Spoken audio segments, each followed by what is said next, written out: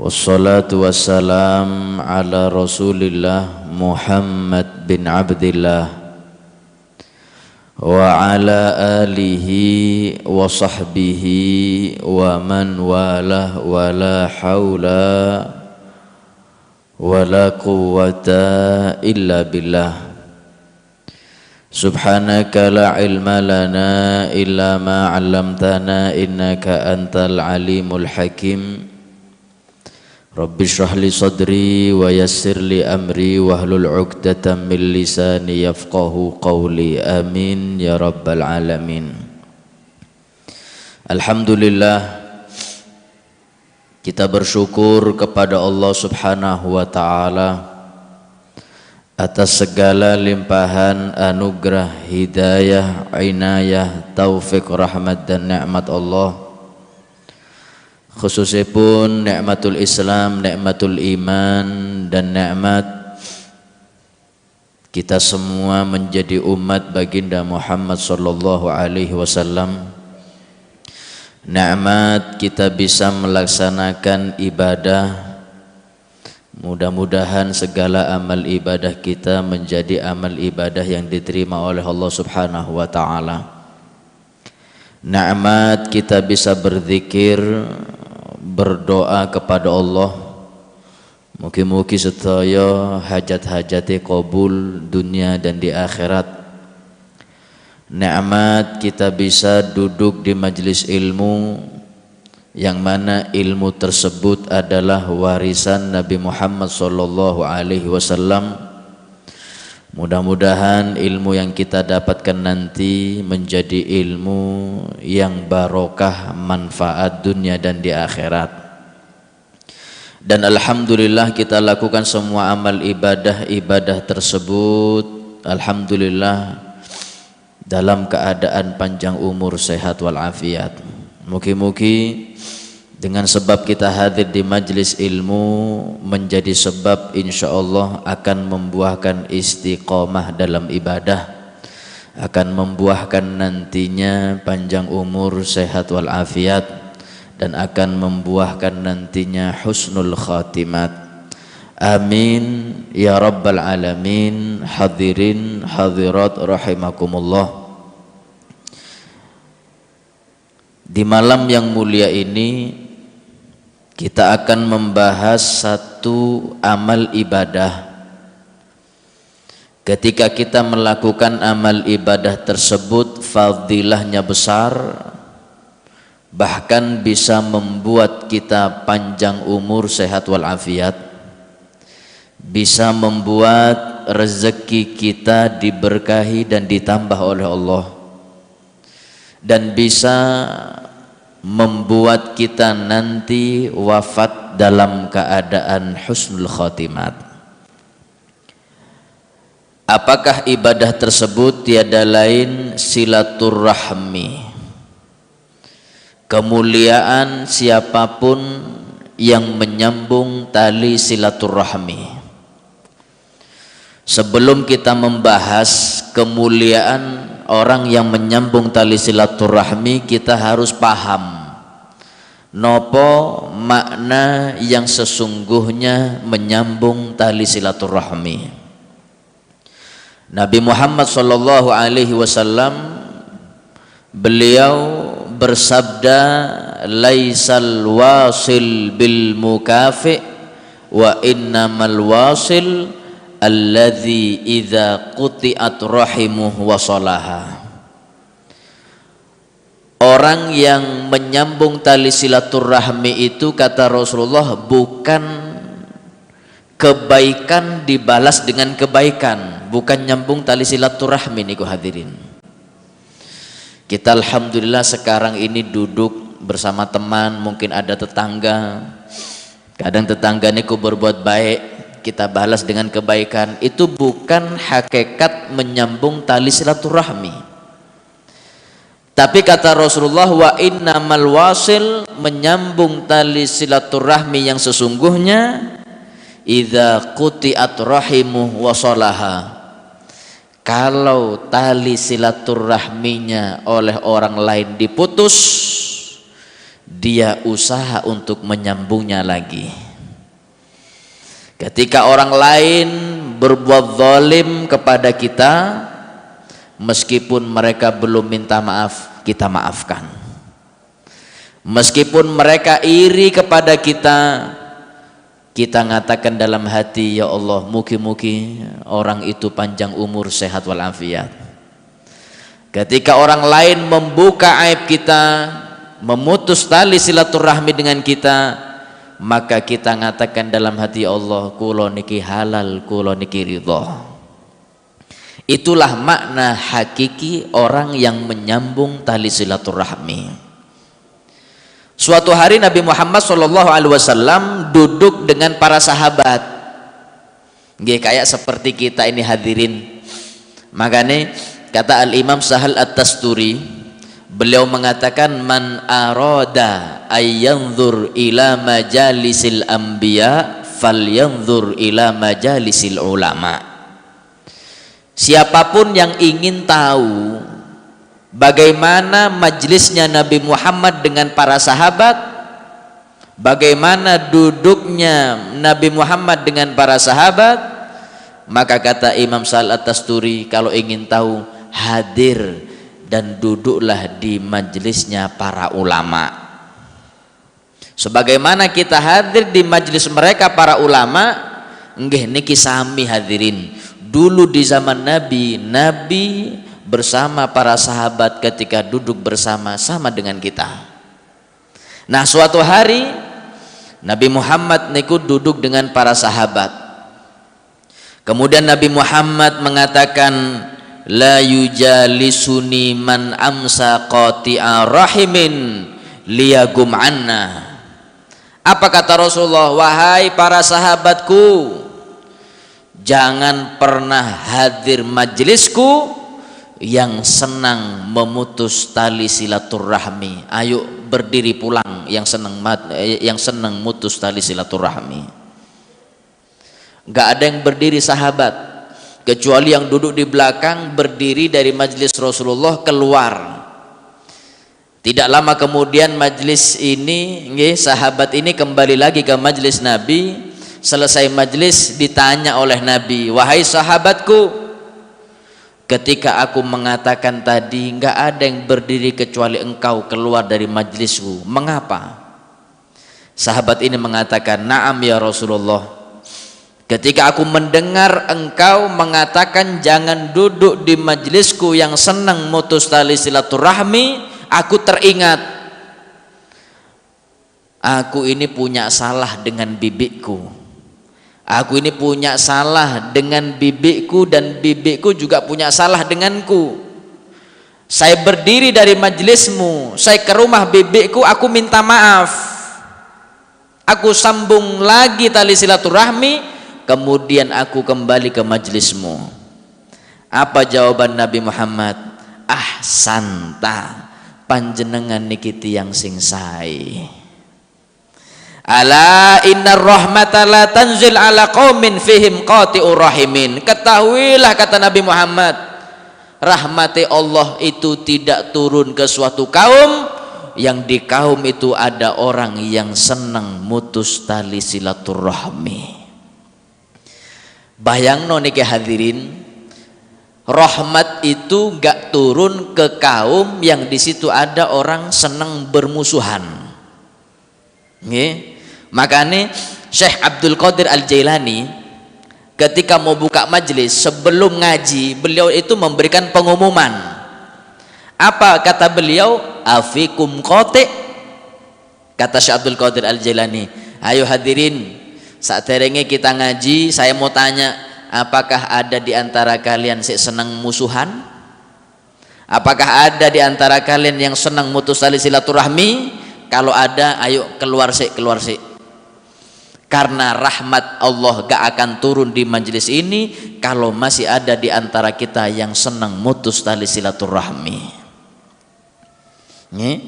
Makanya Al-Imamul Faqih ketika membaca hadis ini, beliau mengatakan di dalam hadis ini menunjukkan bahwasanya memutus tali silaturahmi dzambun azim, dosa besar.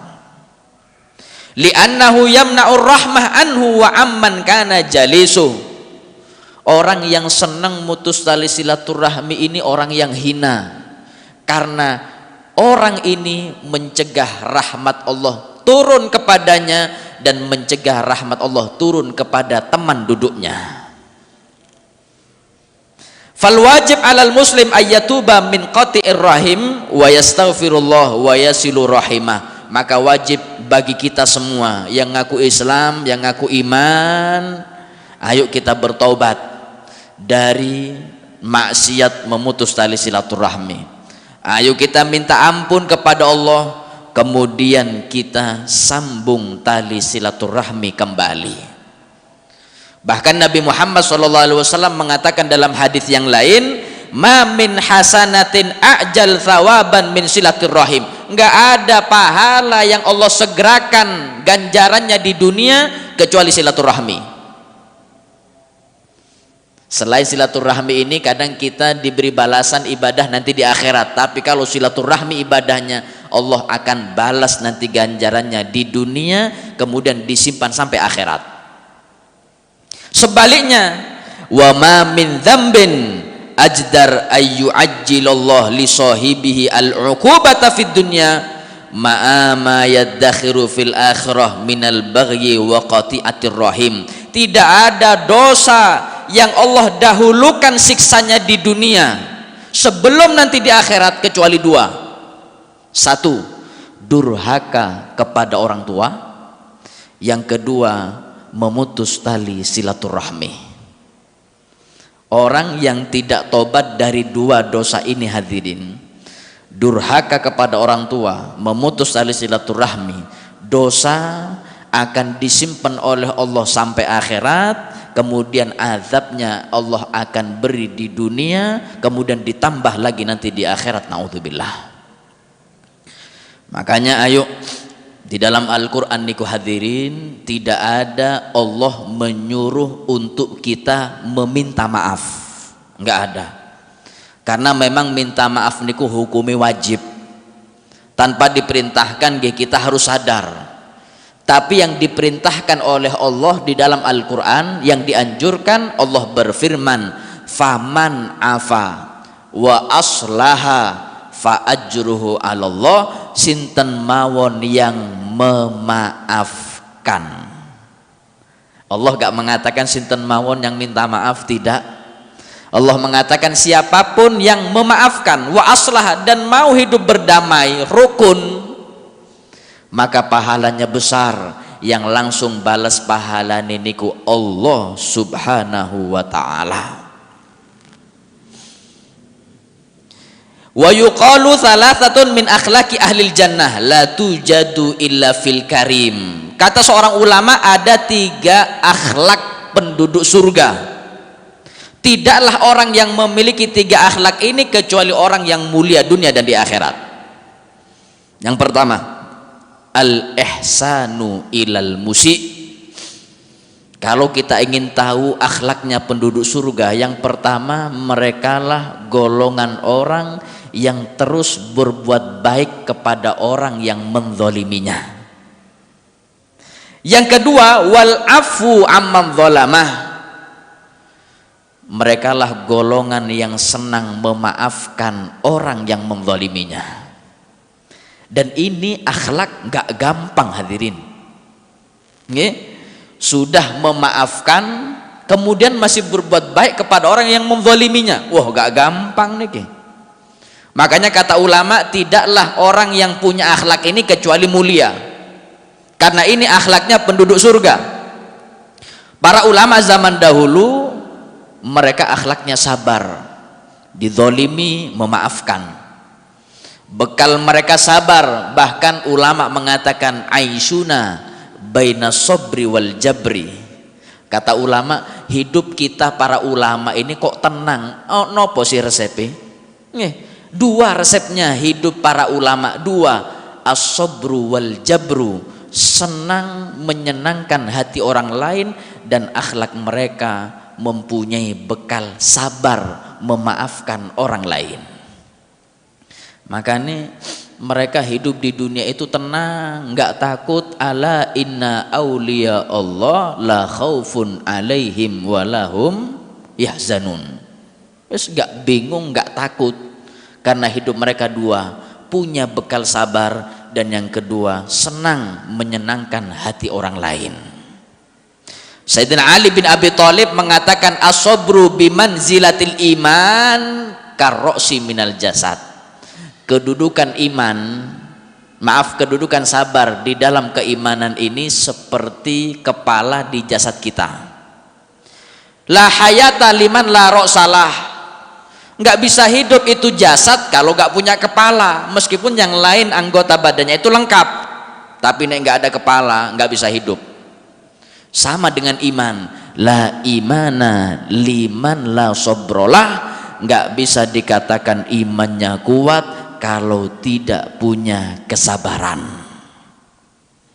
Akhlak penduduk surga memaafkan orang yang menzaliminya, bukan hanya memaafkan tapi terus berbuat baik kepada orang yang menzaliminya. Para ulama niku hadirin disebutkan di dalam kitab Tanbihul Muqtarin, di dalam doa mereka bukan hanya berdoa Allahumma ghfir lil muslimina wal muslimat wal mu'minina wal mu'minat, bukan hanya itu doa mereka, tapi ditambah Allahumma ghfir lil muslimina wal muslimat wal mu'minina wal mu'minat, dan ditambah doa mereka apa? Walihasidina walidzalimina. Ya Allah, ampuni dosa orang muslim laki dan perempuan, orang mukmin laki dan perempuan, dan ampuni dosa juga ya Allah orang yang iri kepada saya, dan ampuni dosa orang yang berbuat zalim kepada saya. Wa ma min khuluqin fil bariyati mahmud illa wa huwa mutalaqqan an zainil wujud. Akhlak mereka para ulama karena satu sumbernya mengambil dari Nabi Muhammad sallallahu alaihi wasallam. Kita mau tahu manakib siapa hadirin? Rasulullah kita tahu sabar, para sahabat sabar, para anak turunan Nabi Muhammad sabar. Bahkan pernah suatu hari Sayyidina Husain, anak daripada Sayyidina Ali bin Abi Thalib, suatu hari beliau itu keluar dari rumah, ada satu orang menghampiri beliau, syatamahu ahad, beliau niku dicaci, dihina, kau itu seperti ini, kau itu seperti itu. Waduh, habis. Sayyidina Husain niki diem, kemudian beliau mengatakan, ingkana qauluka sidqon, kalau omonganmu itu tentang saya benar, mudah-mudahan kebaikanmu itu dibalas oleh Allah dengan sebaik-baik balasan. Tapi kata Sayyidina Husain, kalau omonganmu itu kizban, bohong, ngarang, hati-hati, azab Allah itu lebih pedih daripada omonganmu. Orang niki ngamuk hadirin. Kemudian menampar wajah Sayyidina Husain bin Ali, ditampar, dikampleng. Beliau niku dikampleng senyum hadirin, senyum. Apa kata beliau? Man qaddara hadza, engkau menampar saya. Nggih, kenapa? Yang saya tanya cuma satu, yang mentakdirkan engkau nampar saya niku sinten? Dijawab Allah yuqaddiru, Allah yang mentakdirkan. Maka kata Sayyidina Husain, ya sudah, kalau memang aku niki takdiri ditampar, ya sudah, wis aku terima takdir dari Allah, enggak saya balas. Beda dengan kita hadirin, sebelum ditampar nampar disian. Beliau tidak. Kita mau tahu akhlak siapa? Sayyidina Husain, anak daripada Sayyidina Ali. Sayyidina Husain ini punya putra namanya Sayyidina Ali Zainal Abidin. Nggih sami, karena ambil akhlaknya itu dengan satu sumber. Sayyidina Ali Zainal Abidin pernah punya budak perempuan. Budak ini bawa air panas ke hadapan Sayyidina Ali Zainal Abidin. Subhanallah, budak ini kesandung kakinya, kemudian air panas itu tumpah ke wajah Sayyidina Ali Zainal Abidin. Hatta jarohahu, sampai air panas itu melukai Sayyidina Ali Zainal Abidin. Beliau niku refleks memandang dengan pandangan marah kepada budak. Budak ini ki rupane hafal Quran. Nggih, kata budak, ya Imam, ojo ngamuk sih. Ingat firman Allah, Allah mengatakan wal kadhiminal ghaidha. Ojo ngamuk sih. Ingat firman Allah, beruntung orang yang meredam amarahnya. Dalil nih hadirin. Budak ini ku dalil. Kata Imam Ali Zainal Abidin, ya Allah, ya sudah, saya redam rasa amarah saya. Nyambung lagi nih ku budak, ya Imam, Allah meneruskan firman-Nya wal kadhiminal ghaidha wal afina 'anin nas. Beruntung orang yang memaafkan orang yang menzaliminya. Kata Sayyidina Ali, ya sudah saya maafkan sampean. Ditambah lagi hadirin, kata budak ini apa? Innallaha yuhibbul muhsinin. Allah tutup ayat ini wahai Imam, bahwasanya Allah paling cinta kepada hambanya yang berbuat kebaikan. Apa kata Imam Ali Zainal Abidin? Sudah saya redam amarah saya, sudah saya maafkan, sekarang engkau merdeka di jalan Allah Subhanahu wa taala. Ayo, akhlak para ahlul bait sabar, akhlak para ulama nggih sami memaafkan, nggak senang mutus tali silaturahmi. Makanya akhlak penduduk surga yang pertama memaafkan, yang kedua terus berbuat baik kepada orang yang menzaliminya, yang ketiga wal badlu liman haromah, terus memberi kepada orang yang pelit padanya. Ini 3 akhlak orang yang nanti akan masuk surga bersama Nabi Muhammad sallallahu alaihi wasallam. Monggo sambung tali silaturahmi, maafkan siapapun yang punya salah dengan kita. Selama kesalahan itu tidak nyinggung agama Allah, kita maafkan. Tapi kalau sudah nyinggung agama Allah, kita harus marah, dan itu pun marahnya karena kemarahan Allah Subhanahu wa taala. Wa an Ibnu Umar radhiyallahu taala anhuma man ittaqa rabbahu wa wasala rahimahu unsi'a lahu fi umrih, yakni yuzadu fi umrih wa thara lahu maluh wa ahabbahu ahluh. Kata Abdullah bin Umar, anak daripada Sayyidina Umar Ibnul Khattab, beliau mengatakan, siapapun yang bertakwa kepada Allah, menyambung tali silaturahmi, maka akan dipanjangkan umurnya oleh Allah, dan akan ditambah hartanya, dan akan dicintai oleh masyarakat, terutama akan dicintai oleh keluarganya. Ini cocok dengan sabda Rasulullah. Rasulullah niku pernah dawuh man sarrahu ayyumadda lahu fi umrih. Kata Nabi Muhammad, siapa yang ingin panjang umur, sehat walafiat, wa yuwassa' lahu fi rizqih, diperluas rezekinya oleh Allah, wa yudfa anhu maitatus su', yang ingin matinya husnul khotimah, 2, falyattaqillah, bertakwa kepada Allah, wal yasil rahimah, sambung tali silaturahmi. Nah, ulama niki hadirin ketika membaca hadis ini beda pendapat. Loh, mereka ulama pertama ini mempunyai pendapat memang umur itu, takdir itu bisa berubah, termasuk umur, adapun rezeki niku kata ulama bisa berubah dengan ibadah dan bisa berubah dengan maksiat. Karena Allah Subhanahu wa taala berfirman, yamhullahu ma yasha'u wa yuthbit wa indahu umul kitab. Allah berhak menghapus takdirnya, melaksanakan takdirnya, karena memang takdir ada di genggaman Allah Subhanahu wa taala. Jadi siapapun yang nyambung tali silaturahmi, mungkin dulu ditetapkan umurnya 60 tahun karena senang nyambung tali silaturahmi, dapat bonus oleh Allah 3 tahun menjadi 63 tahun. Tapi ulama kedua mengatakan tidak, apapun yang sudah ditentukan oleh Allah gak berubah. Kalau ditetapkan umurnya 60, nggih 60, mau ibadah sebanyak apapun, mau maksiat sebanyak apapun, nggih nggak akan berkurang, nggak akan bertambah. Karena Allah Subhanahu wa taala berfirman dalam Al-Qur'an, kalau sudah datang ajalnya nggak bisa dipercepat dan tidak bisa diundur. Lah terus gimana makna hadis yang nyambung tali silaturahmi panjang umur? Kata ulama yang kedua, nggih, maksudnya panjang umur itu adalah ziyadatul umri ayyaktuba thawabahu ba'da mautih. Kalau orang ini mati, nggih, sedangkan senang nyambung tali silaturahmi, maka dia akan dicatat pahala silaturahmi ila yaumil qiyamah, sampai kiamat. Umurnya gak nambah. Cuman kalau sudah mati, kalau dia senang nyambung tali silaturahmi, terus dicatat pahala silaturahmi sampai kapan? Sampai ila yaumil qiyamah. Mudah-mudahan kita termasuk orang yang nyambung tali silaturahmi.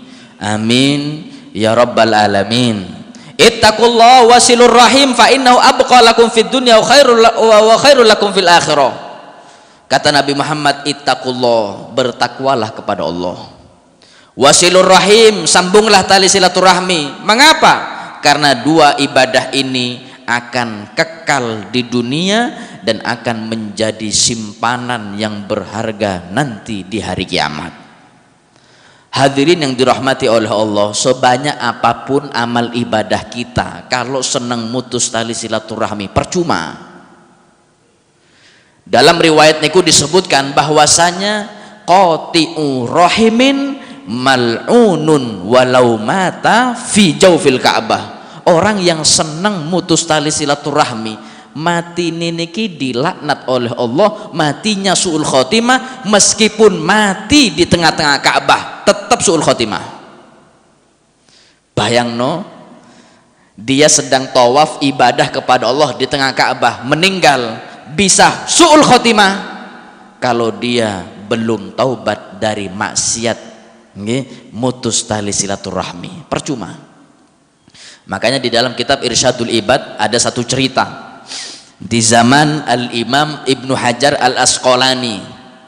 Di zaman beliau itu ada orang kaya datang ke Mekah membawa uang banyak. Niat orang kaya ini, hadirin, apa? Untuk melaksanakan amal ibadah haji.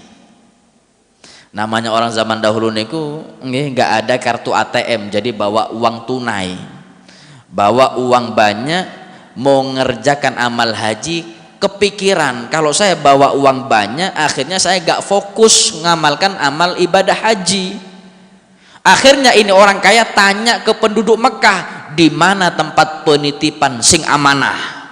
Tanya, ada satu orang mengatakan, oh ada tempat penitipan amanah di sini, namanya Bapak Fulan bin Fulan, ahli ibadah, masya Allah. Akhirnya orang kaya ini ke rumah Bapak Fulan bin Fulan yang terkenal amanah, ahli ibadah. Diketok pintu, keluar. Kemudian kata orang kaya, Pak, saya ini ke rumah panjenengan karena panjenengan ini terkenal orang paling amanah menjaga barang titipan.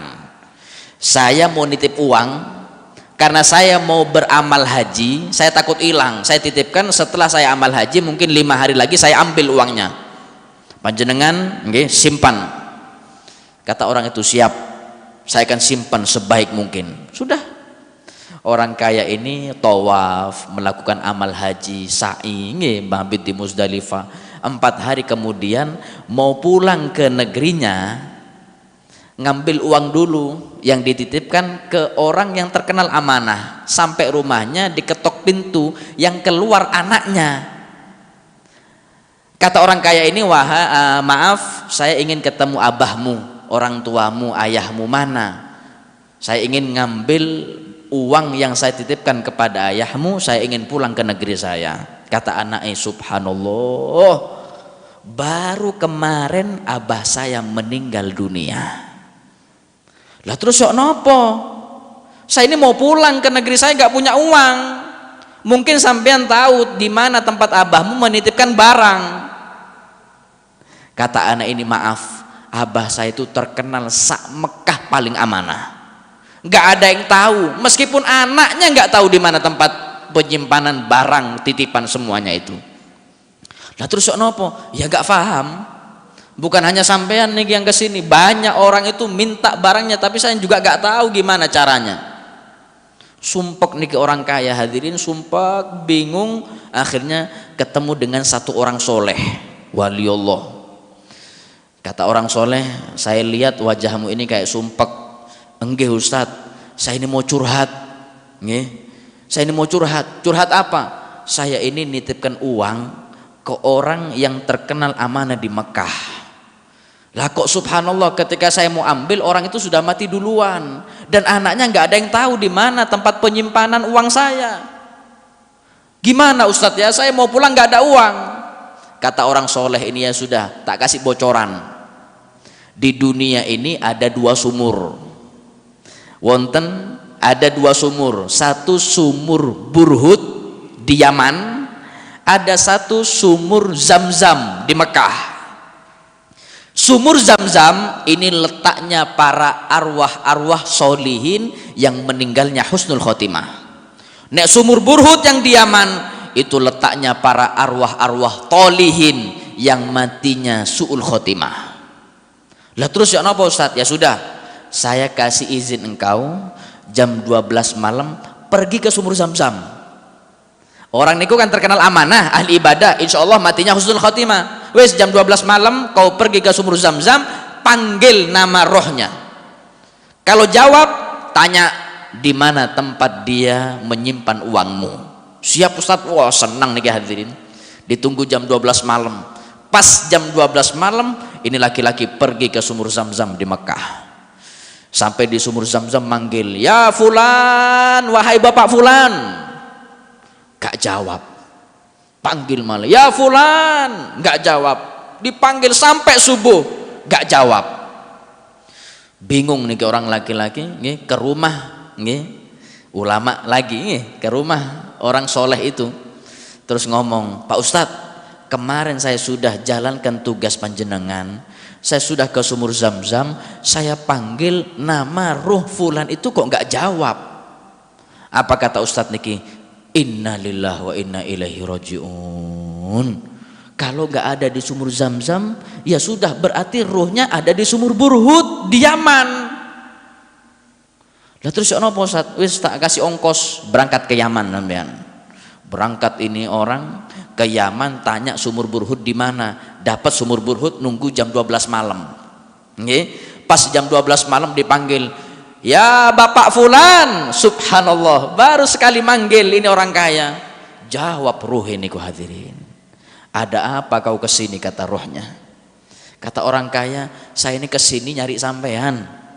Saya ini mau pulang ke negeri saya mau ambil uang yang saya titipkan kepada sampean. Sampean letakkan mana? Kata ruh ini mengatakan, oh ya saya lupa mau ngasih tahu kepada anak saya, lah kok saya mati duluan.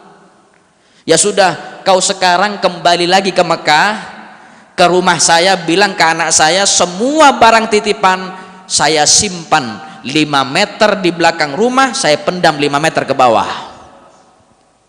Wis sudah, kau sana ke Mekah sekarang, ke rumah saya lagi. Ini orang kaya sebelum pulang ke Mekah penasaran, tanya ke ruh ini, Pak, panjenengan niki kan terkenal amanah tah, terkenal ahli ibadah tah. Lah kok ruh panjenengan ini ada di sini sumur Burhut? Ini kan letaknya orang yang matinya su'ul khotimah. Ruh itu menjawab, nggih, memang kula niki terkenal amanah, ahli ibadah, istiqomah nggih ngaji, nggih istiqomah. Cuman saya punya satu maksiat yang belum saya taubat. Apa maksiat itu? Innali ukhtun faqirah. Saya punya saudara perempuan niku miskin. Terus minta uang kepada saya. Saya benci kepada saudara perempuan saya, faqata'tuha. Saya putus tali silaturahmi, belum sempat taubat Allah cabut nyawa saya mati su'ul khotimah.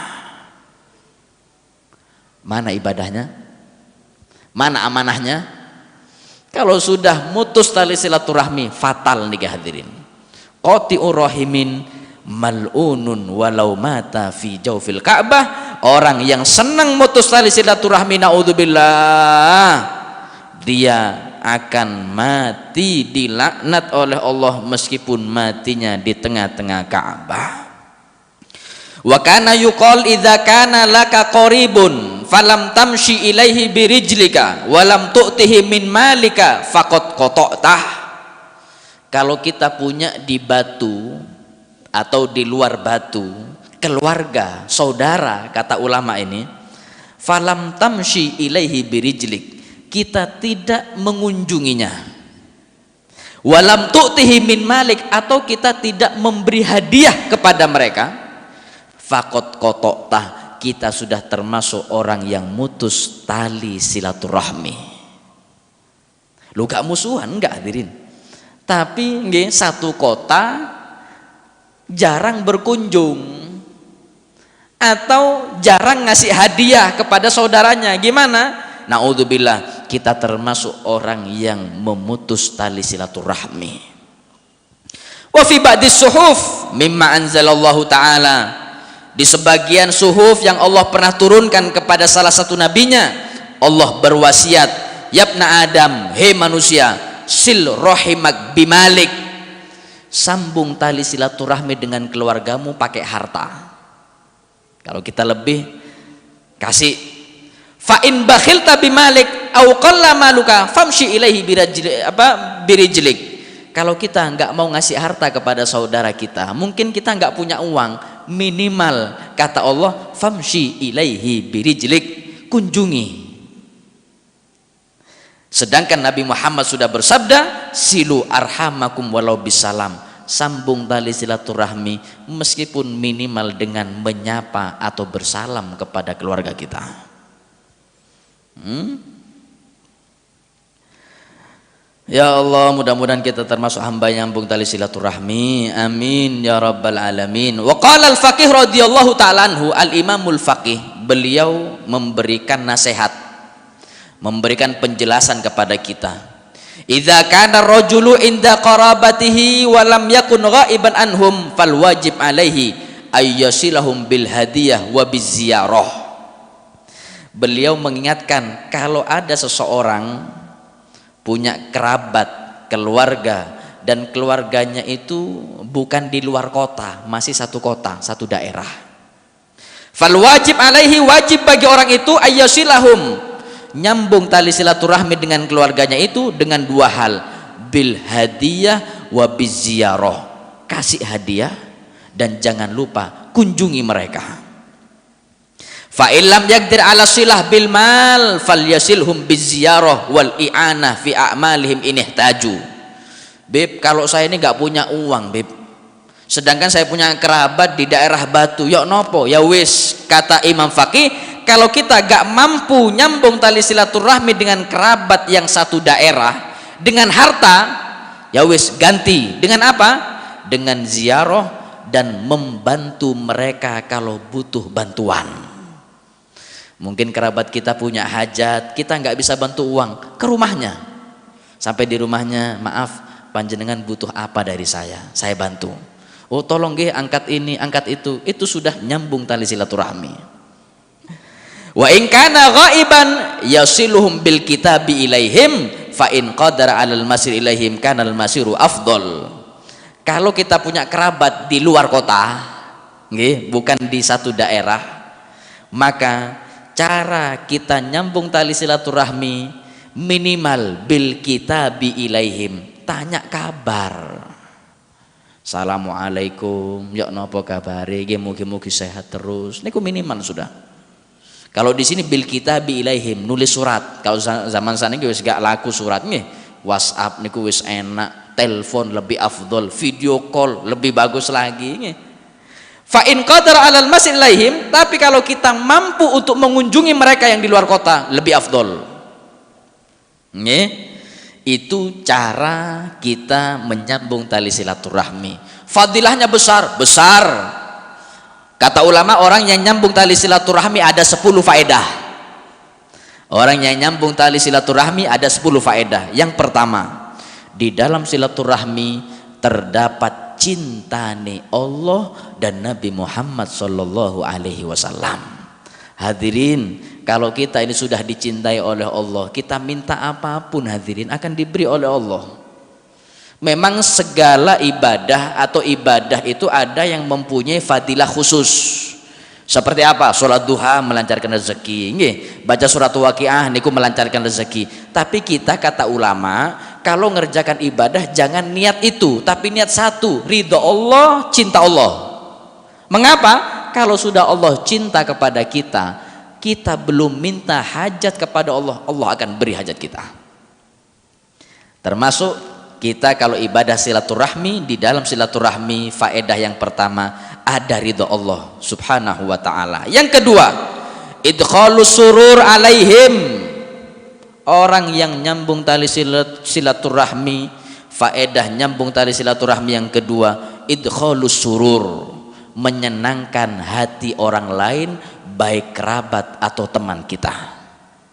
Sedangkan Nabi Muhammad bersabda, afdalul a'mal idkhalus surur alal mu'min, paling afdolnya amal kita nyenangkan hati orang lain yang dia beriman kepada Allah subhanahu wa ta'ala. Yang ketiga, anna fiha farhul malaikah li'annahum yafrahuna bisilaturrahim. Bukan hanya Allah yang cinta kepada orang yang nyambung tali silaturahmi, tapi malaikat juga cinta kepada orang yang nyambung tali silaturahmi. Loh beb, nopo manfaati kita dicintai malaikat? Loh besar hadirin. Kalau kita ini termasuk orang yang dicintai malaikat, malaikat itu akan minta ampun kepada Allah supaya Allah ngampuni dosa kita. Sedangkan kita tahu malaikat ini nggak punya nafsu, hidupnya untuk ibadah kepada Allah. Kalau doa pasti akan dijawab dan diijabahi oleh Allah subhanahu wa ta'ala.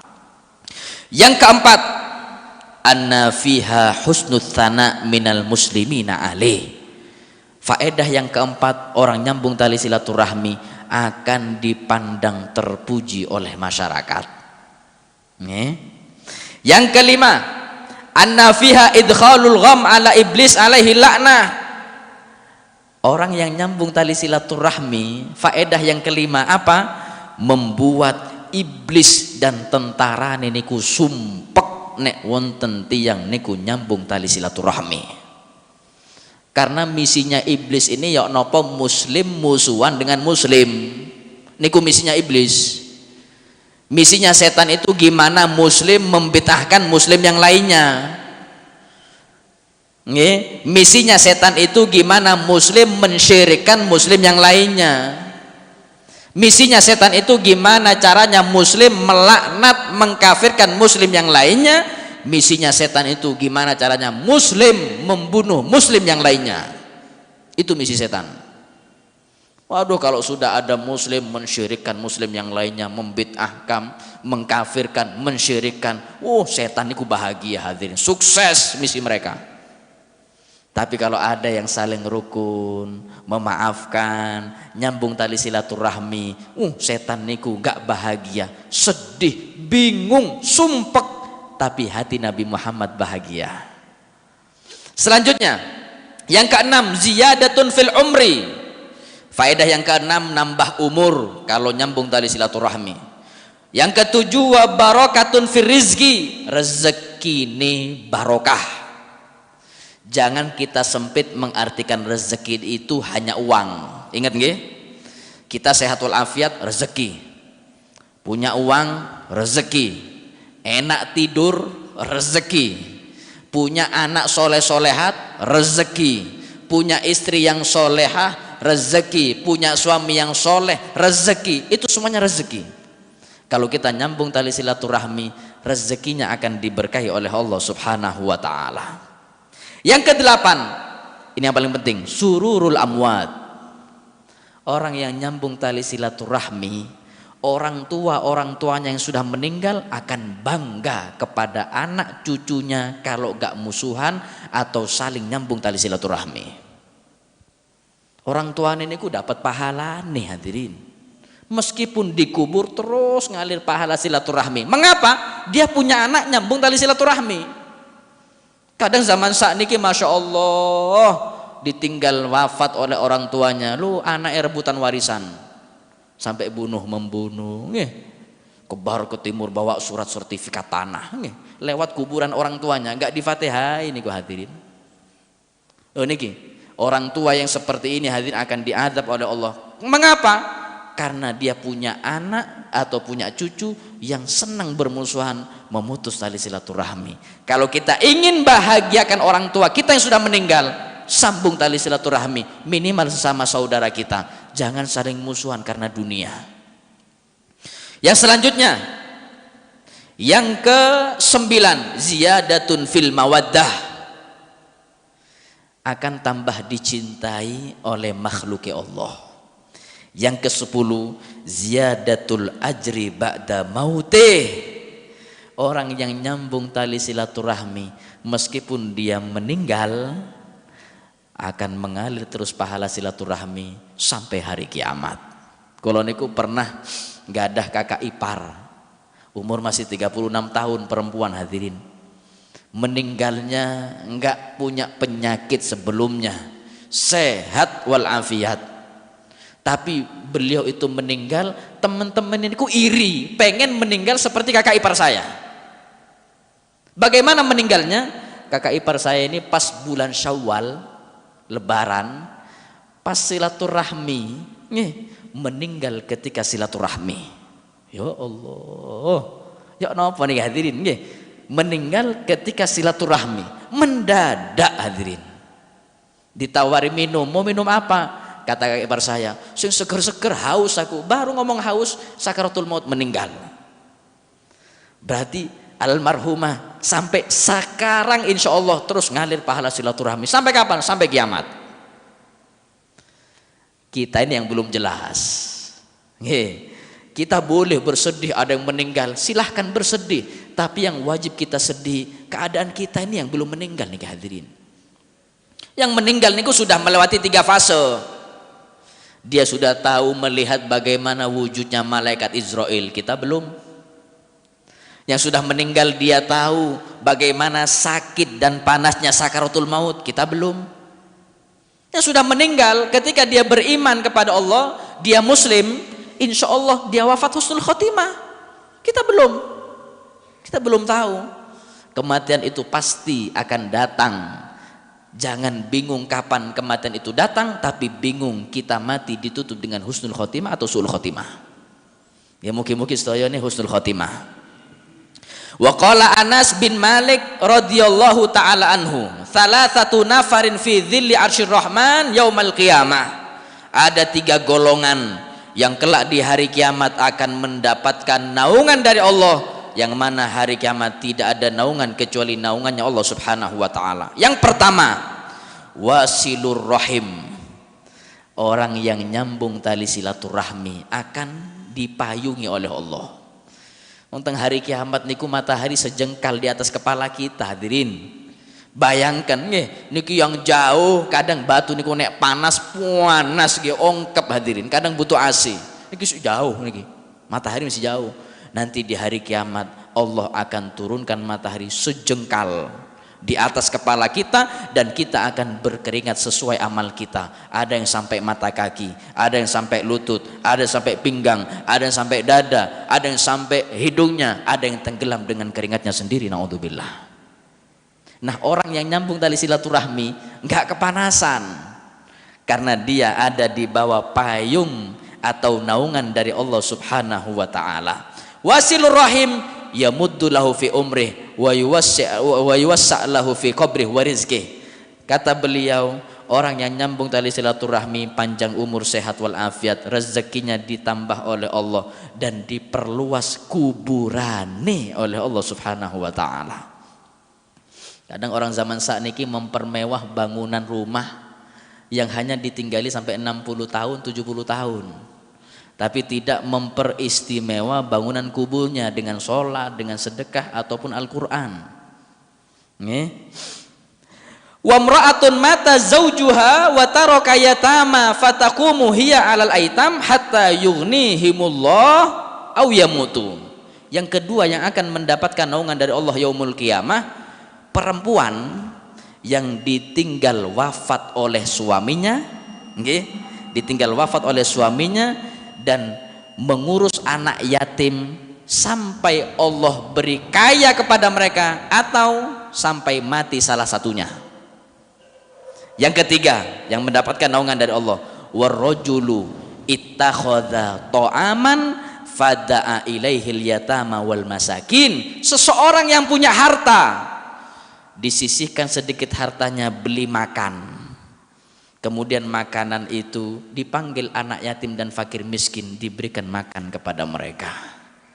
Wah, niki istimewa nih hadirin. Syekh Abdul Qadir Al-Jailani mengatakan, lukmatun fi batnil ja'i afdol min bina'i alfi jami. Satu suap yang kita suapkan makanan itu kepada anak yatim fakir miskin, itu pahalanya besar, lebih besar daripada kita bangun masjid jami 1000 masjid, tapi kita tidak mau sedekah makanan kepada fakir miskin atau anak yatim.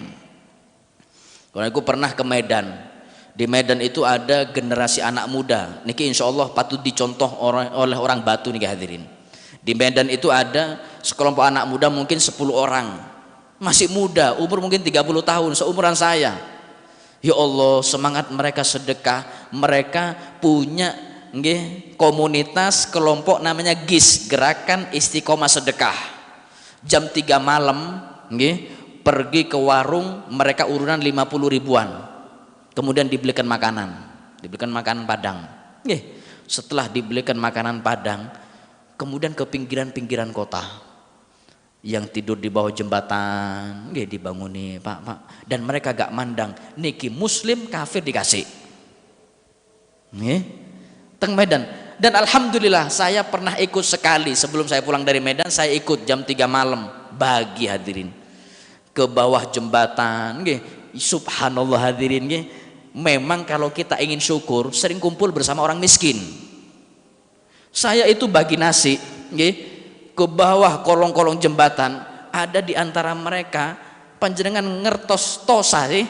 Tosa ini kan ada baknya di belakang nih. Subhanallah, saya lihat sekeluarga, anak 3, kemudian orang tua laki dan perempuan tidur enak di tosa niku hadirin. Sampai ngiler-ngiler kadang hadirin. Ya Allah, kadang tiang soge niku kasur niku kadang dipanen niku 70 juta, tapi yo gak iso turu. Kita yang gak soge sing miskin, pengajian yo turu kadang hadirin nggih. Makanya kan hebat nggih. Enggak usah butuh 70 juta kasur gak nggih. Maknanya apa? Kekayaan niku bukan dengan jabatan. Kekayaan niku bukan dengan harta. Kalau kita ingin kaya yang hakiki, kalau punya hati ini qanaah, nerima, syukur, orang kaya. Makanya seorang ulama niki mengatakan, aku niki bingung ngelihat manusia zaman saat niki bingung, salah cara. Di antaranya manusia zaman sekarang salah cara. Mereka banyak mencari kekayaan dengan harta, padahal salah cara nih. Kalau mau kaya dengan qanaah kaya. Yang kedua, saya bingung melihat manusia zaman sekarang cari ketenangan hidup dengan banyaknya uang, padahal salah caranya. Dengan sedikit uang enak hidup nih hadirin. Manusia ini repot kadang nggak dikasih uang, nggak dikasih harta, sibuk minta harta, dikasih harta, sibuk jaga harta. Nah terus untuk Allahnya kapan? Maka daripada itu, mudah-mudahan kita termasuk hamba yang selamat dunia dan di akhirat, termasuk hamba yang istiqomah dalam ibadah, menyambung tali silaturahmi di antaranya, dan insya Allah kita nantinya wafat dalam keadaan panjang umur, sehat walafiat dan husnul khatimah. Amin ya rabbal alamin. Wassallallahu ala sayyidina Muhammadin wa ala alihi wasallam. Walhamdulillahi rabbil alamin. Assalamualaikum warahmatullahi wabarakatuh.